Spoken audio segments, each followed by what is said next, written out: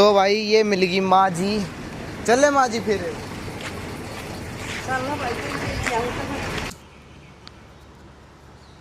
राजा दशरथ के दुख का और कोई कारण नहीं है। किसी समय राजा दशरथ से राजा, तुम तो माता पिता और भाइयों को सुख देने वाले हो। हे राम, तुमने जो कुछ कहा है सत्य है। रामचंद्र जी कहते हैं, तो भाई पाठ तो हमने सुन लिया है माँ जी। ये तो वरदान मांगे थे। खुश होगी भाई मेरी माँ जी तो आज पाठ सुनकर।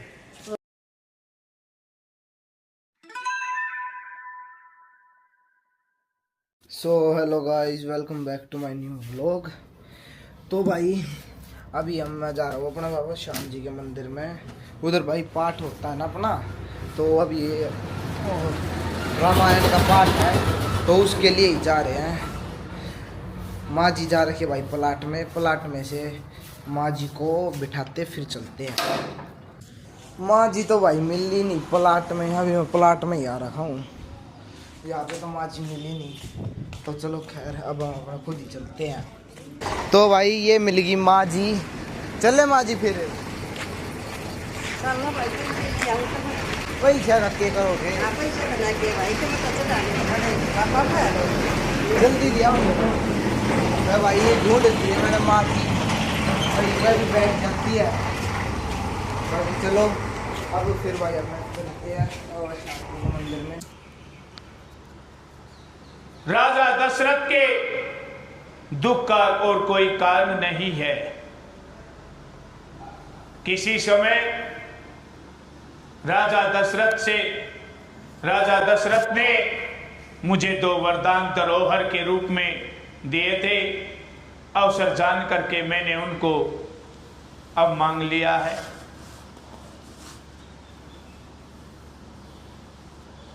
मानव कठोरपन ही श्रेष्ठ योद्धा का शरीर धारण करके धनुष विद्या सीख रहा है। सब कथा श्री राम को सुना करके वह ऐसे बैठ गए हैं मानो निठुरता। दुखी घने हो रहे हैं, बात छोटी सी है। 2 वरदान ने तो मांगे ही, ये तो इतने दुख के कारण नहीं है। श्री रामचंद्र जी मन में मुस्कुराते हुए, क्योंकि वे स्वभावत आनंद अंतर्यामी हैं, वे तो समझ जाते हैं। दोष रहित वचनों से बोले ऐसे मीठी वाणी में, हे माता, कौन से 2 वचन हैं, इसे मन में भी तो बताओ, मुझे भी तो समझा करके कहो, जिससे कि आज मेरा पिता इतना दुखी हो रहा है।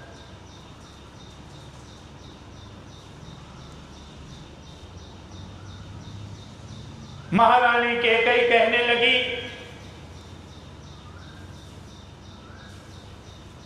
कि हे राम, मैंने 2 वरदान मांगे हैं। एक तो भरत को राज्याभिषेक हो जा, दूसरा तेरा हित ही मांगा है कि तू तपस्वियों जैसा वेश धारण करके वन में 14 वर्ष तक बिताओ।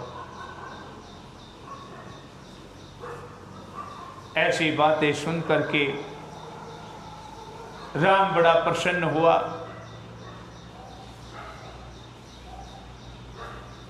कि मेरे जैसा है माता भाग्यवान पुत्र और कोई नहीं होगा, जो अपने माता पिता के वचन को भी पूरा करूंगा और तपस्वियों का वेश तप भी कर लूंगा। बड़े बड़े वन में ऋषि मुनियों के दर्शन होंगे।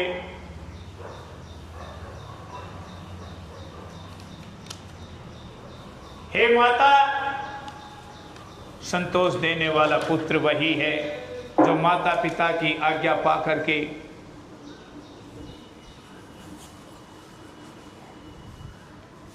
अपने माता पिता के वचनों को पूरा करने के लिए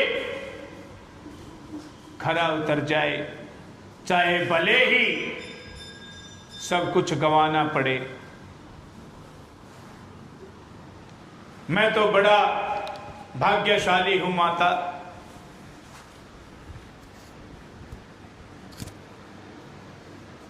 बड़े ही उत्तम बात कही है आपने। यहां भरत राज्य पावेंगे, मनौरा की भी चिंता नहीं रहेगी। अब विधाता सब प्रकार से मुझे अनुकूल है, मेरे तरफ है, मेरा हित ही चाहता है।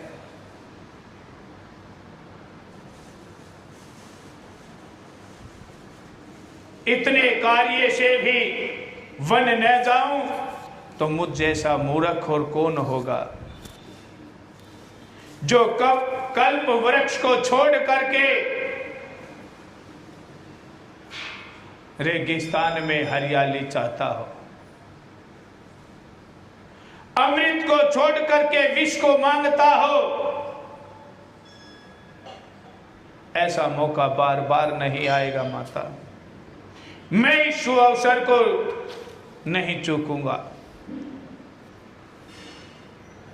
मन में विचार सोच करके देख लो। हे माता, मुझे एक बात का दुख है। महाराज को बड़ा व्याकुल देखकर कहे कि पिताजी दुखी हैं, ये तो बात नहीं हो सकती, कोई और बात पाओगी। कैकेयी कहती है कि हे राम, इससे आगे और कोई बात नहीं है। राजा धैर्यवान और गुणों का था समुद्र है, इतना कमजोर हृदय तो महाराज दशरथ का नहीं है। मुझसे कोई बड़ा अपराध हुआ है, कोई मुझसे ही बड़ी गलती हो गई है। महाराज मुझसे कोई कहता है, हे माता तुम्हें मेरी शपथ है, हे माता कैकेयी, बात सच सच कहो।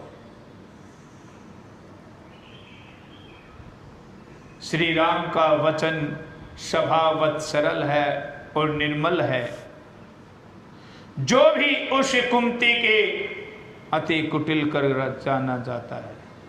सत्य है, जल सदा बराबर रहता है। जो भी जोक सदा टेढ़ी ही चलती है।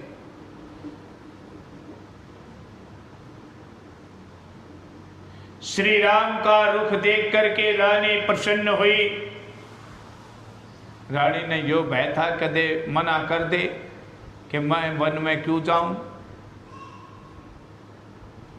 कपट से स्नेह जताता है, बोली, हे राम, मुझे तुम्हारी सौगंध है, भरत की दुहाई है, भरत की भी शपथ खाती हूं, सौगंध खाती हूं।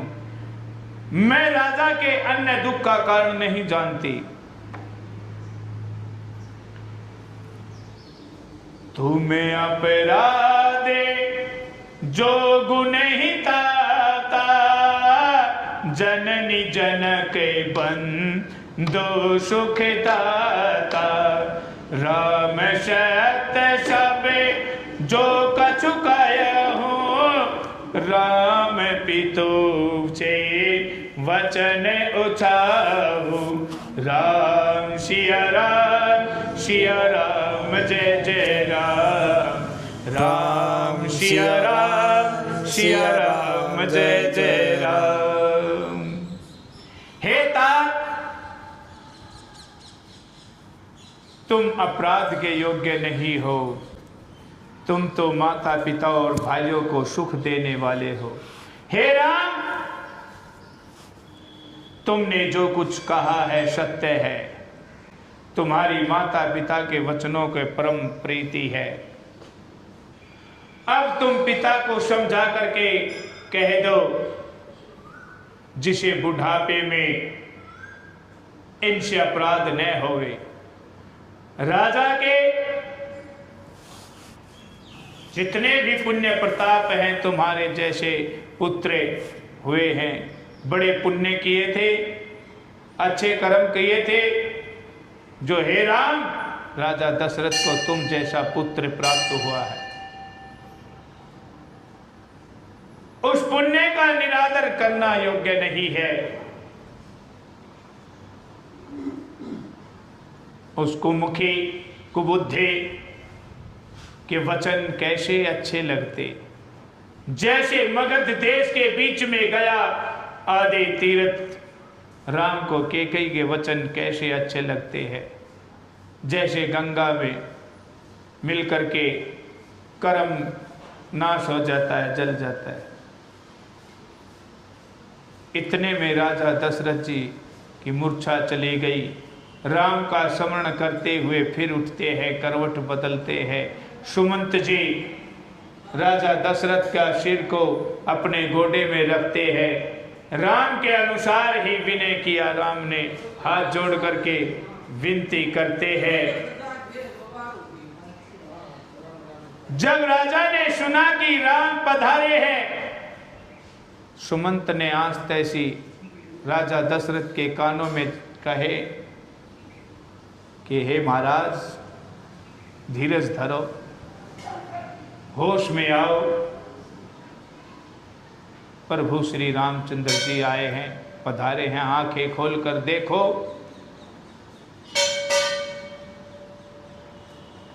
सारा शरीर की देह जाती रही, सोती नहीं रही। पैरों से वो बैठा नहीं जा रहा था, खड़ा नहीं हो रहा था, स्नेहवश विकल हो रहा है। राजा ने उन्हें अपने हृदय से लगा लिया, मानो सर्प ने मणि पाली हो। सूखी फसल में, सूखी खेती में बरसात आ गई हो। राम का जब दर्शन देखे तो जी में जी आ गया, थोड़ी ही हिम्मत सी बनी। नेत्रों से जल बह रहा है। शोक से विहेल होने के कारण राजा कुछ कह नहीं सकते। बार बार श्री रामचंद्र जी को अपने हृदय से लगा रहे हैं। मन में ब्रह्मा जी को मनाते हैं, राम तुम वन में मत जाओ। राजा महादेव का स्मरण करते हैं, कहते हैं कि हे महादेव, एक विनती सुनो। आप यदि भक्तों पर शीघ्र ही प्रसन्न होते हैं तो मुझे दीन जान करके मेरा दुख का हरण कीजिए। ऐसा कोई उपाय कीजिए जिससे मेरा दुख खत्म हो जाए। सबसे बड़ा दुख इस संसार में मोह का है। जिसने भी जितना मोह किया है उतना ही उसने दुख पाया है। हे महादेव, आपके सबके हृदय में आप तो वास करते हो। श्री राम की ऐसी बुद्धि कर दो, अपने स्वभाव से प्रेम को त्याग करके मेरे वचन को न माने और वह घर में ही रह जावे। चाहे संसार में मेरा यश ही क्यों न हो,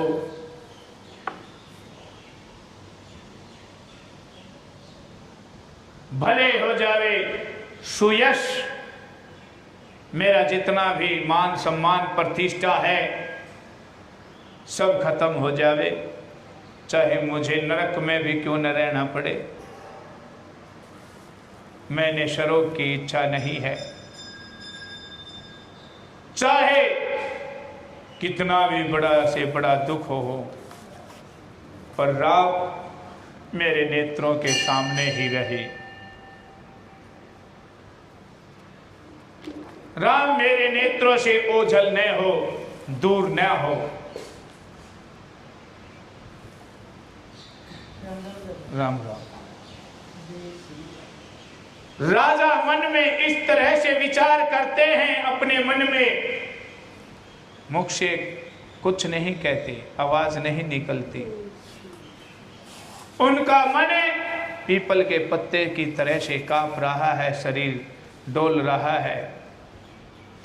राम जी पिता का प्रेम वश जान करके, पिता माता का अभिप्राय समझ करके कुछ बोले।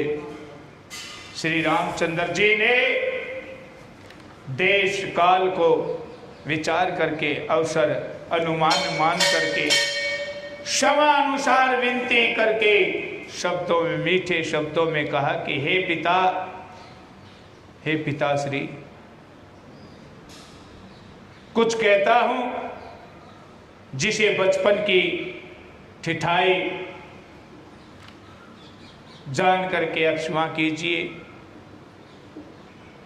मेरे जैसे बाल्यपन में कोई गलती हो जाती है बच्चे से, माता पिता उसे क्षमा कर देते हैं। ऐसे ही यदि कुछ अपराध हो जाए तो मुझे क्षमा करना। आप इतनी छोटी सी बात को लिए इतना बड़ा दुख क्यों उठा रहे हो? पहले ही क्यों नहीं कहे? आपको देख माता से भी पूछा तो प्रसंग सुन करके शरीर शीतल हो गया।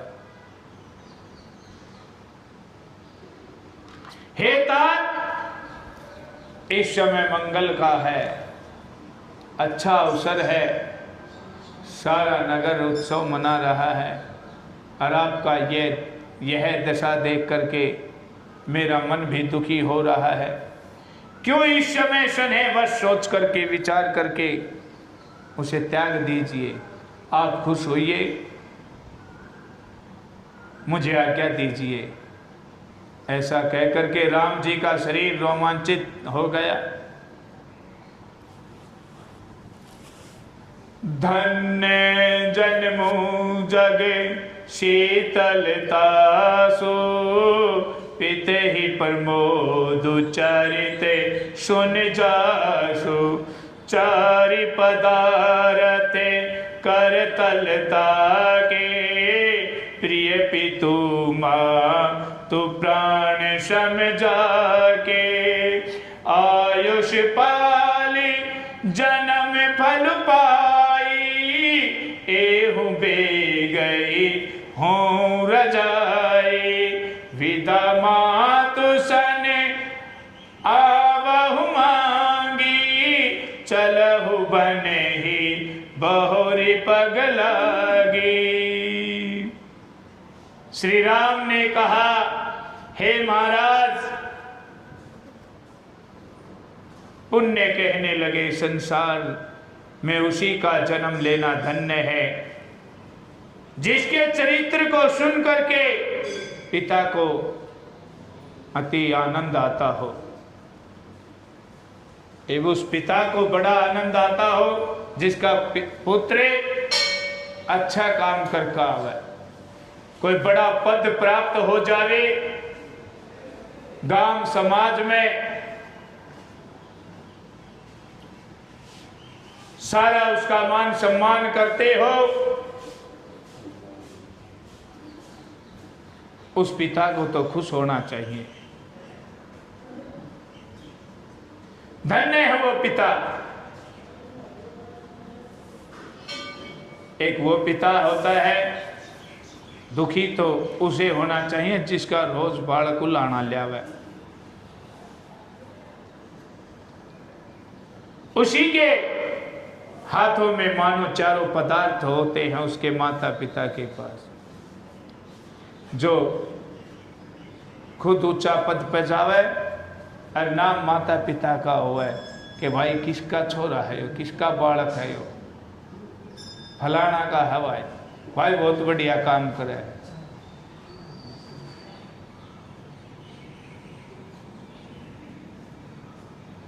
आज्ञा का पालन और जन्म का फल पाकर के मैं शीघ्र ही अब लौट आऊंगा कि 14 वर्ष का समय ज्यादा नहीं है। हे महाराज, मुझे आप आज्ञा दीजिए, मैं माता से विदा मांग करके आऊं, फिर आपके चरण पकड़ करके वन की ओर चला जाऊंगा। ऐसा कह करके श्री रामचंद्र जी चले हैं। तब राजा ने शोक के कारण उत्तर नहीं दिया, क्योंकि दुखी इतना था, प्रेम वश इतना था कि कंठ सूखा था, मुख से आवाज नहीं निकल रही थी। यह क्षीण बातें नगर में ऐसे तीव्रता आग की तरह से फैल गई। जब प्रातः काल होते ही यह बात सारा नगर में ढिंढोरा पिट गया कि महाराज दशरथ ने कैकेयी के काम वश होकर के, उसके अधीन होकर के, त्रिया चरित्र जान करके ऐसे वचन मांग लिए कि राजा ने भरत को राज तिलक और राम को 14 वर्ष का वनवास दे दिया है। यह बात सुन करके सब स्त्री पुरुष व्याकुल हो गए कि भाई रात न के कुछ उत्सव था।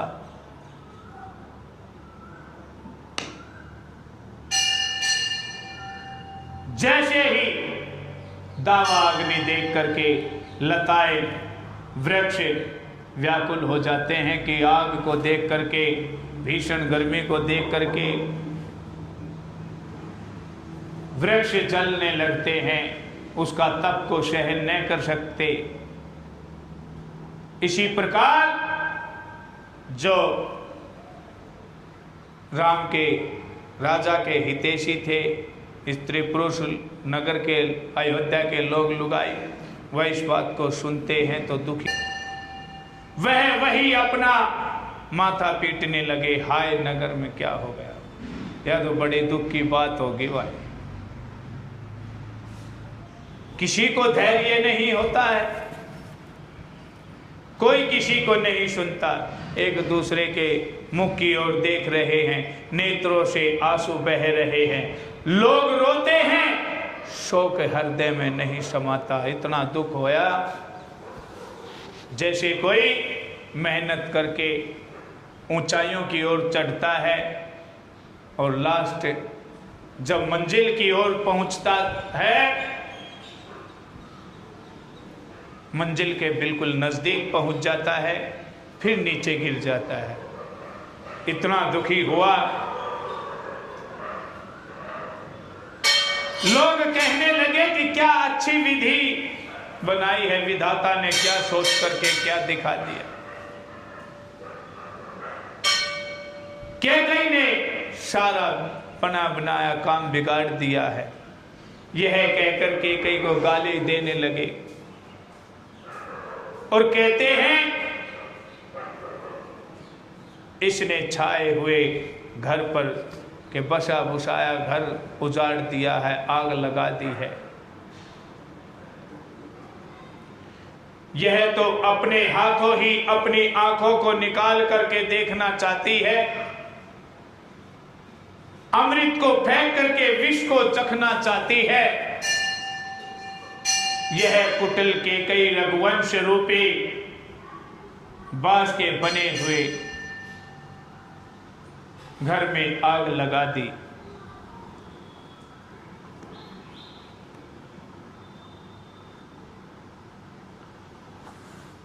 इसने डाल पर बैठ करके पेड़ को ही काटना चाहा, जिस डाल पर बैठी थी उसी डाल को काट दिया है। सुख में शोक का काट बांध लिया है।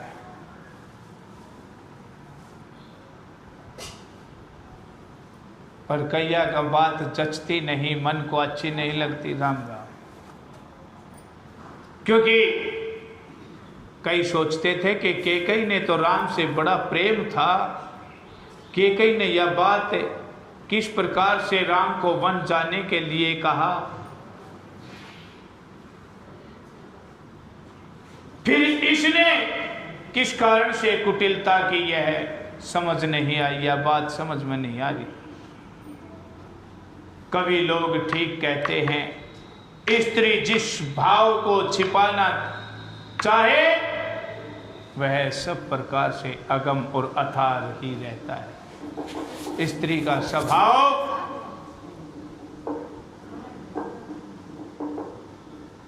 कोई नहीं जान सकता, चाहे अपना प्रतिबिंब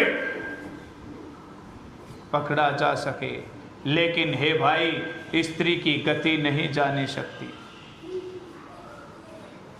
कोई नहीं जानता। आग किसे नहीं जलाती, समुद्र में क्या कोई समा सकता है, पर बल स्त्री क्या नहीं कर सकती। संसार में काल किसे नहीं खा सकता।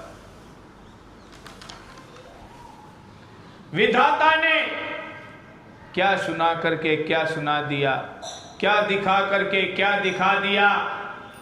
कुछ लोग कहते हैं कि राजा अच्छा नहीं है, राजा ने भी अच्छा नहीं किया। इस मूर्ख पे, कुमती पर, इस दुष्टनी पर, कुबुद्धिनी पर, इस पर विश्वास क्यों कर लिया राजा ने। जो वरदान निश्चय ही सब दुखों का कारण हुआ है, स्त्री के वश में होकर के मानो राजा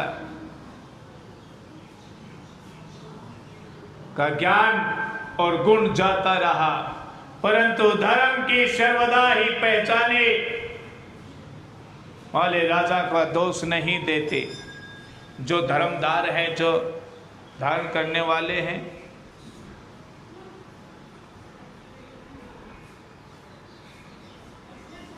कुछ लोग परस्पर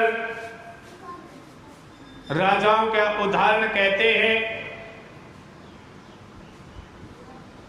कि राजा शिवी दधीची हरिश्चंद्र की कहानी कहते हैं कि ये उसी वंश में इन्हीं के पूर्वज थे कि शरीर, धन, घर बार, परिवार सब कुछ त्याग दिया, लेकिन धर्म को नहीं छोड़ा, सत्य को नहीं छोड़ा।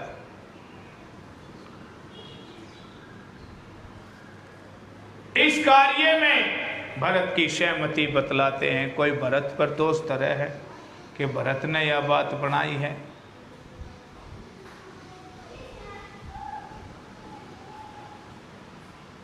इस बात को सुन करके उदास हो जाते हैं। एक कहते हैं कि राजा दशरथ ने कैकेयी को 2 वरदान दिए थे। 2 वरदान अलग अलग समय पर दिए थे, अलग अलग अवसर था। एक वरदान तो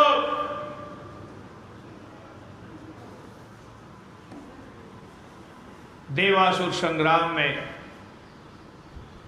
देवता पराजित हो जाते हैं, हार जाते हैं।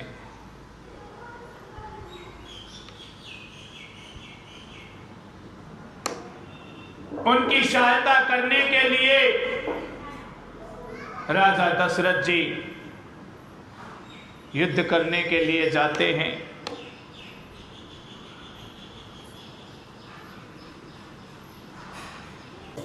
और युद्ध में राजा दशरथ के साथ में कैकेयी और श्रवण कुमार भी जाते हैं। राज मिला जब राजा रोया, रोग कटा जब रोगी, सेज चढ़ी जब तिरिया रोई, चेला बना के जोगी। कि राज जिसको मिल जाता है क्या कोई रोता है? लेकिन रामायण के अंदर एक ऐसा पात्र हुआ है जिसने राज मिला रोया है। भरत एक ऐसा हुआ जिसने राज मिला था। रोग कटा जब रोगी रोया,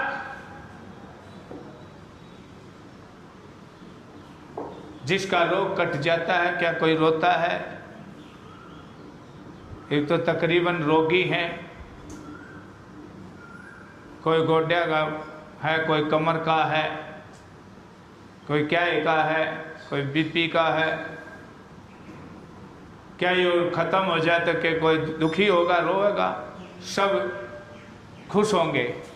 लेकिन राजा दशरथ का एक बार रोग हो जाता है।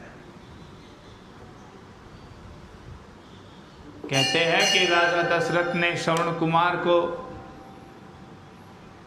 शब्द वेदी बाण से मार दिया था,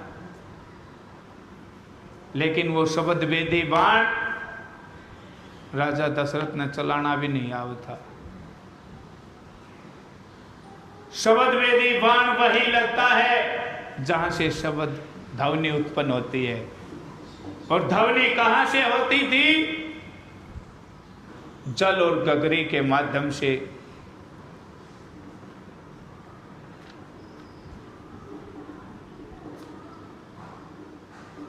उस लोटा और पानी का गट-गट की आवाज हो रही थी, उसी के माध्यम से वह ध्वनि उत्पन्न हुई थी। लेकिन तीर श्रवण के हृदय में लगा था, हृदय से कोई ध्वनि उत्पन्न नहीं हो रही थी।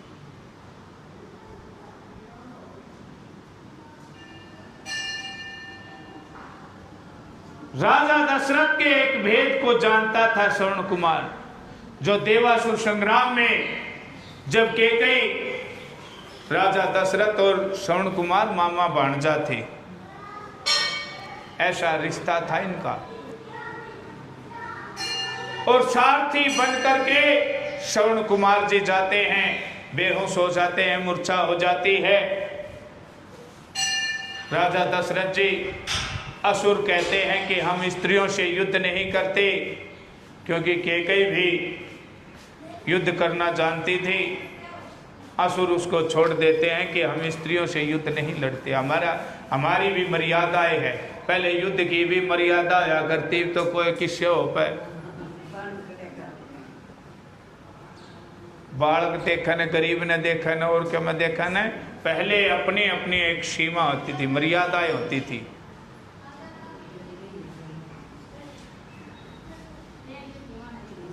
उसी समय उसको वापस भेज देते हैं और श्रवण कुमार जी रथ को वापस लेकर के जाता है। और किष्किंधा नगरी जब आई, वहां पर राजा दशरथ जी होश में आते हैं।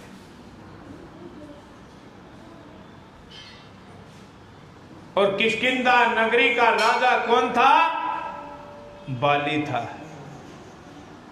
उस समय बाली ने ये अपने राज्य में घोषणा कर रखी थी कि मेरे राज्य में यदि कोई दूसरा राजा आ गया तो या तो अपना राजपाट देकर जाएगा या फिर मेरे से युद्ध करेगा। राजा दशरथ को इस बात का पता चला। श्रवण कुमार को कहते हैं कि ये आपने क्या किया।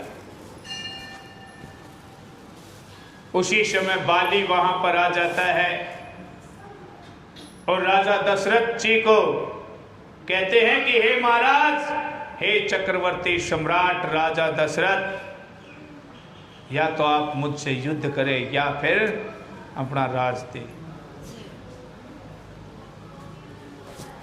राज पहले कहाँ का था? राज किसको मानते थे?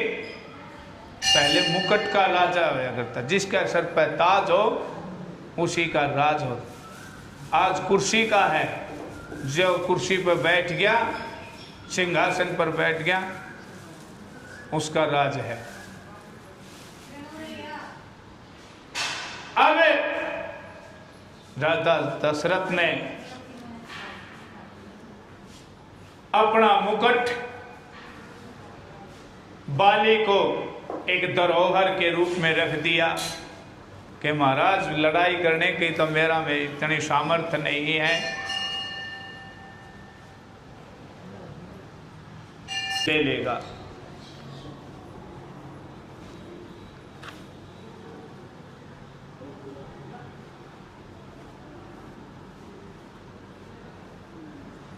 राजा दशरथ जी अपना मुकुट उतार करके, पी लो, आप पी लो।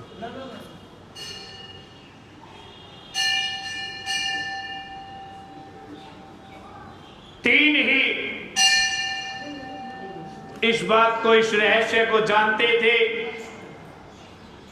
कि कई राजा दशरथ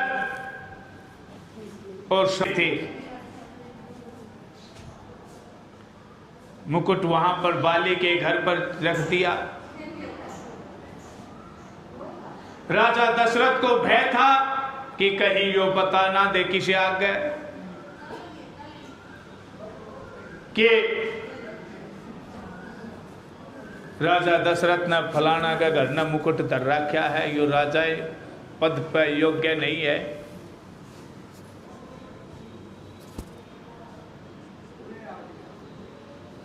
उस समय को देखते हुए राजा दशरथ ने उसका वध कर दिया। जब तक उसके यहाँ पर संतान भी नहीं हुई थी, उसके कोई पुत्र भी नहीं था, और वह जल को लेकर के उसके माता पिता के पास लेकर के जाता है, तो उसके माता पिताजी श्राप देते हैं श्रवण के माता पिता कि एक दिन तू भी पुत्र के वियोग में अपने प्राण को त्याग देगा। इस बात से खुश भी होते हैं, दुखी भी होते हैं। खुश इसलिए क्योंकि इस बहाने संतान तो होगी, पुत्र तो होगा। दुख इसलिए होता है क्योंकि उनके विरह में 4 पुत्र थे। समय जब आया प्राण त्यागे तो एक भी तोड़ा नहीं गया।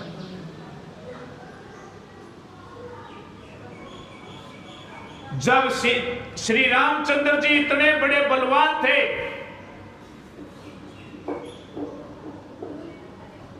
जब सीता का हरण होया, जब कोई नहीं था,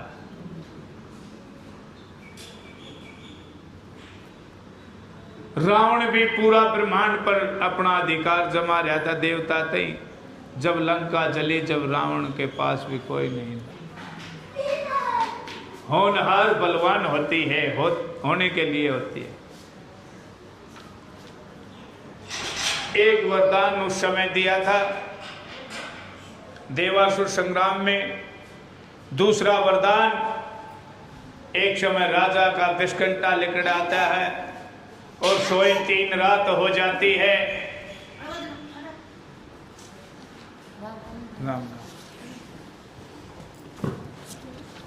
कैकेयी ने बफारा दे दे करके उसको सुआ दिया, आराम कर दिया। सुबह जब उठा, जब आराम होया पाया,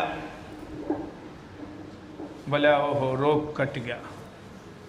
उस खुशी के कारण राजा दशरथ जी कहते हैं कि मांग के मांगेगी, हे महारानी कैकेयी मांग के मांगेगी। मेरा आज आराम हो गया, मैं खुश हूँ। बोले समय होगा जब मांग लूँगा। तो दूसरा वरदान, जब कैकेयी ने राम का 14 वर्ष का वनवास मांगा, तो उस समय राजा दशरथ ने ये सोचा कि वो रोग ना कटे, तो आज दूसरा वरदान मैं नहीं देता।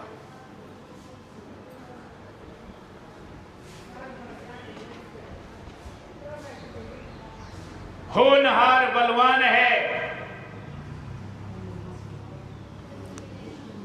होनी होकर के रहती है, अपने बस अपने आप ही कर लेती है।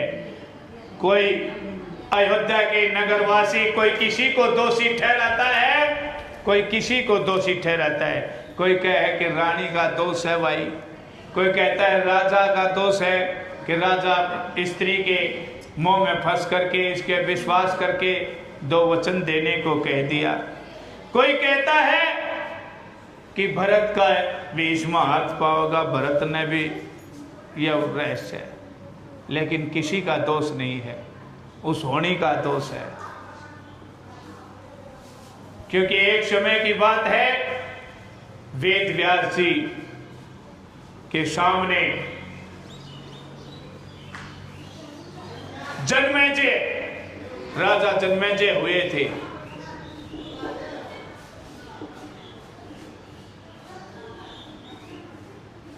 पांडवों में अर्जुन का पुत्र अभिमन्यु हुए। जब अभिमन्यु का वध होया तो उसकी पत्नी गर्भवती थी, उसका पुत्र होया अजामिल। ये अजामिल नहीं, राजा परीक्षित होया। और राजा परीक्षित के जन्मेजय ने जन्म लिया।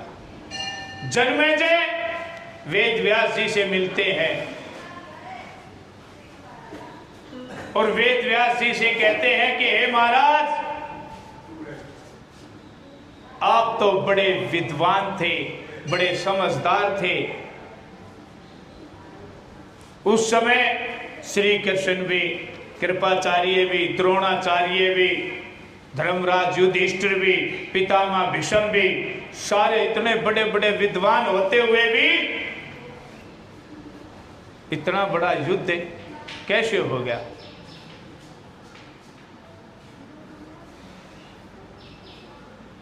आपकी बुद्धि कहां थी? क्या आपने उसको रोका नहीं? ये सारे समझदार थे, रुकवा सकते थे। जब उस समय में होता तो युद्ध को नहीं रोक होने देता।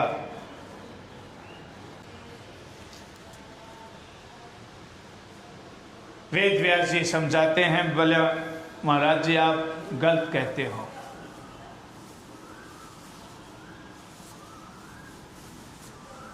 जब उस समय मैं होता तो मैं युद्ध नहीं होने देता। अब वेद व्यास जी कहते हैं कि तेरे को अभी बता दूं तेरी मृत्यु कैसे होगी, और तू अपनी मृत्यु को रोक करके दिखा दिए। बोला फलाना दिन काले घोड़े की सवारी ना करना, तेरे को अभी सचेत कर देता हूं। अगर काले घोड़े की सवारी भी हो जाए तो दक्षिण दिशा में ना जाना। अगर दक्षिण दिशा में भी चला जाता है तो वहां पर एक समुद्र के किनारे एक स्त्री, एक कन्या आपको मोहित करेगी, आकर्षित करेगी, उस पर मोहित मत होना। अगर उसके वश भी हो जाता है तो उसको राजमहल में मत लाना। अगर राजमहल में भी लिया हुआ तो विवाह मत करना उससे। अगर विवाह भी कर लेता है तो वो एक यज्ञ करने के लिए कहेगी, यज्ञ मत करवाइए उसका कहने से। अगर यज्ञ भी करने में सामर्थ हो जाता है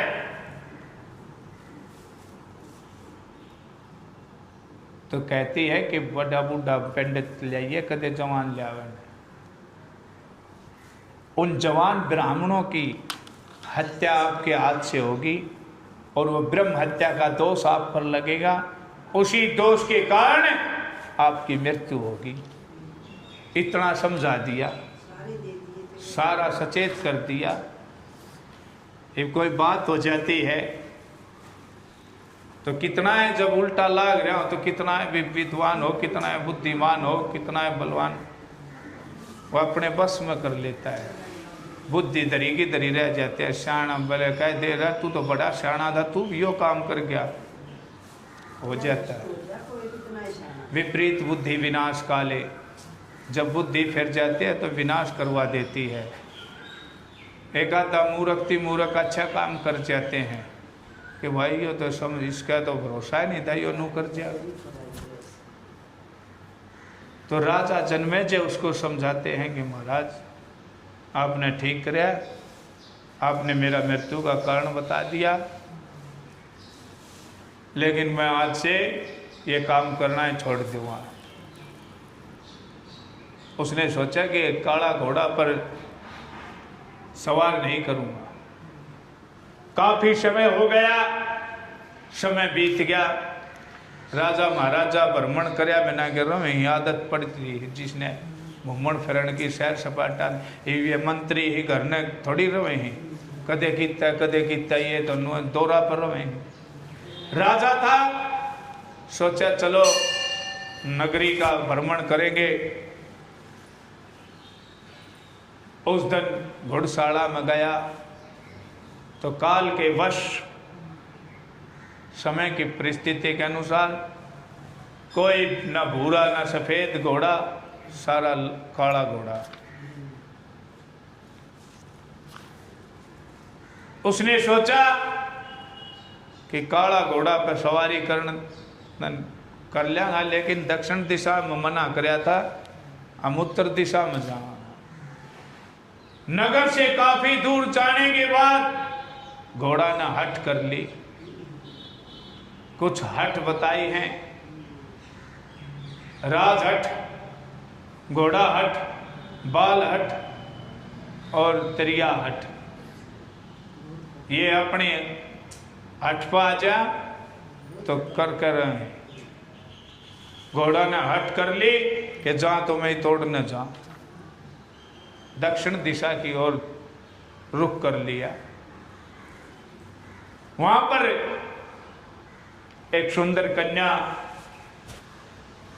उस पर मोहित हो जाता है, उसको राजमहल में ले आता है, विवाह का योग बन जाता है। प्रजा है 100 डाल की बात कब है। रानी ने एक दिन कहा कि महाराज काफी समय हो गया, आप कैसे राजा है, आपकी राजा तो है लेकिन धर्म में नीत नहीं है, प्रवृत्ति नहीं है। बोले किस लिए? बोले आज तो हमने कोई हवन पूजा पाठ करवाता ही नहीं देखा है, न राजा महाराजा तो ये काम करते हैं अच्छे काम, इससे पर्यावरण भी शुद्ध होता है, मन को शांति भी होती है। बोले मेरी इच्छा है आपकी नाम चंद्रसी कहते हैं। तो भाई पाठ तो हमने सुन लिया है माँ जी, खुश होगी भाई मेरी माँ जी आज पाठ सुनकर। और अभी भाई महाभारत तो भाई खत्म भी हो चुका पाठ, अभी ये लास्ट का रहता थोड़ा बहुत, बाकी चलो अब चलते अपना घर पे। तो अपने आज के व्लॉग के लिए तो इतना ही। सभी भाई लाइक कर देना और वीडियो को कर देना शेयर। Bye bye.